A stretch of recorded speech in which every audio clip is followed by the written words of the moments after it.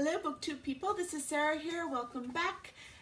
Today I am announcing that I will be participating in Dewey's 24-hour readathon again this year. This will be my third time officially participating in the readathon, and it is taking place this Saturday into Sunday depending on your time zone.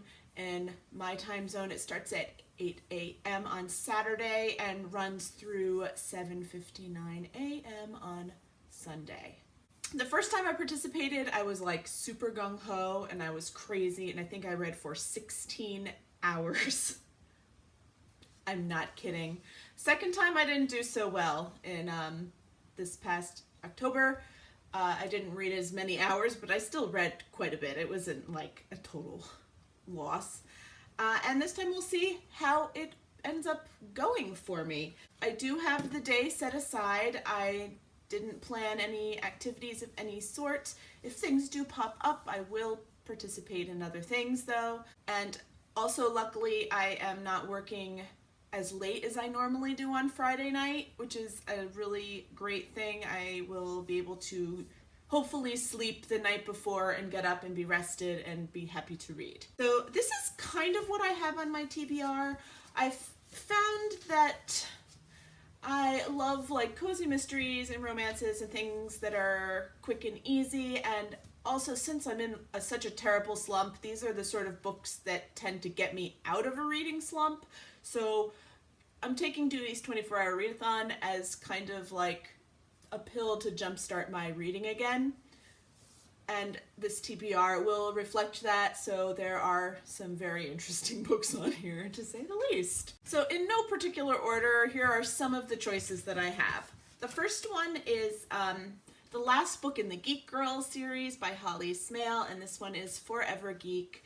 I almost don't want to put this on the TBR because if it ends badly, then I'm not going to want to read anything else. So you know, I do have to be careful with this one, but it is a quick read and it's so much fun and I laugh and I just really enjoy Harriet Manners so much. So this is definitely a possibility for Saturday. I also have a Goodreads giveaway little short story that I won a long time ago that I need to read and review, and that is The Mermaid Girl, a story by Erica Swiler. She is the author of the Book of Speculation, which I have not read, and apparently this story ties in with that book. So part of the reason why I haven't read this is because I wasn't sure whether I needed to read the Book of Speculation first or whether I could just read this and enjoy it the same. But either way, it'll be a nice thing for a readathon potentially because it's only 36 pages and I do need to get it read and reviewed so that I feel better about myself. So like this would be a nice little thing to read. And I have this series, and these are cozy mysteries, again, one of my favorite genres to read. I've never tried this author before, Ella Barrick, and if you watched my TBR for April, you will recognize these books. These are ballroom dance mysteries. I really do want to read them because one of my challenges for this month was to read books with ballroom dancing in it because I loved ballroom dance. So these three were on my list, but I'll be happy to even get through the one. Quick Step to Murder is the first one, and see how I like them. They are not very long, and I hope that they'll be kind of fun and exciting and make me happy. Some other potentials that I have on my list are a couple that I got from the Fresh Fiction Box Not to Miss. So these are romance novels, like, be warned. I have a love-hate with some of these romance novels. Sometimes they don't work for me, but I have this one is Ablaze. These tend to be a little bit too spicy for me, but this one is by Catherine Garbera, and I really would just like it off my TBR, to be perfectly honest. And these ones are, you know, they're like 200 pages.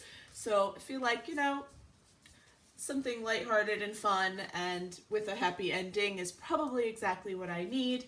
And I also have this Reluctant Cowboy one that's been sitting on my TBR for some months, and I really would like to just, you know, read it and, you know, send it on its way somewhere else. If we get any farther than that, or if these are not working for me, I probably will just go into my May TBR book pile or any of the books I have on my shelf, because when it comes to Dewey's, anything can happen, and like, there is no losing in Dewey's 24-hour readathon. Just pick up a book and read and enjoy, and that's really what I just need to start getting going again.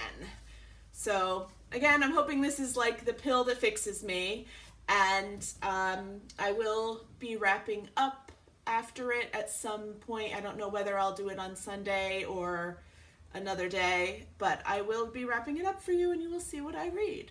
So I spend most of my time, I think, on Twitter. I try to check every hour Twitter, and I don't really intend to read late into the middle of the night. I do stop at some point. I usually try to stop with finishing a book, so we'll see where that goes. But I like to be on Twitter. I love everyone's tweets and things, and I do also check the Facebook page is pretty active, so I also spend a little bit of time on there every hour. Hopefully I'll see you there. Bye everyone.